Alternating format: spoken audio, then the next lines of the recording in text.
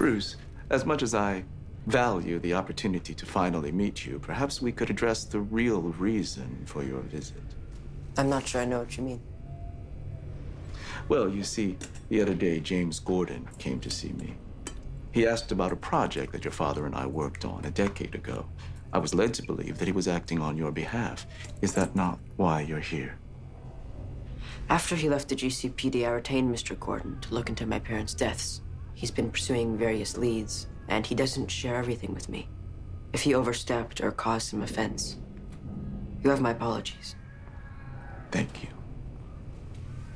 And I can understand how you want answers. How difficult it must be to accept that something so horrific as the murder of one's own parents could be a random and meaningless act. So, you want a reason, someone to blame. In their case, I think there was someone to blame. Oh, so do I. Sugar, you remind me of him. Thomas. You have that same look in your eyes. What look is that? Certainty. As a scientist, that's a luxury that I cannot afford. No, in science, there must always be some doubt, but not with Thomas. No, Thomas believed in things. I think what you're referring to is moral principles. Yes. Sadly, science and moral absolutes do not make easy bedfellows. Oh, the arguments we used to have. I could never make him listen. I'm glad to hear that. Are you?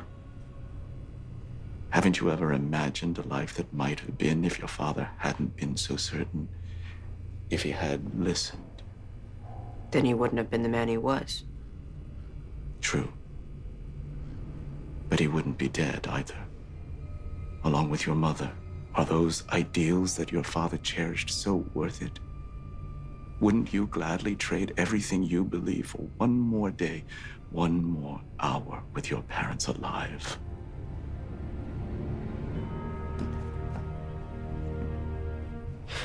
So you admit it then? You admit what you did? Here's what I admit, Bruce. That I was your father's friend. That I pleaded with him as I plead with you now. Turn back. Surely you have those that you care about, for their sake, as well as your own.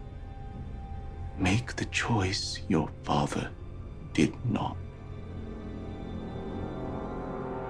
You've been searching for the man who killed your parents, but the answer has always been right in front of you. Bruce, your father orphaned you. His actions fired the bullet that killed him and your mother. He knew what he was doing, and he did it anyway. I'm begging you not to follow his path.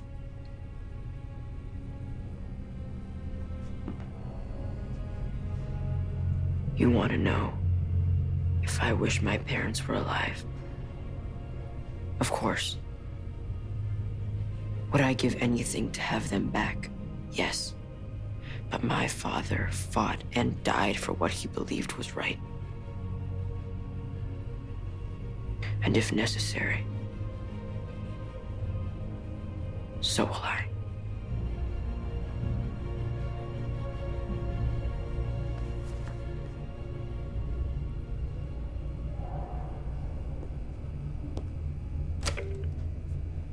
Take them. It seems you are your father's son. I want you to know how greatly I respect that. Where's Selina Kyle? What have you done with her?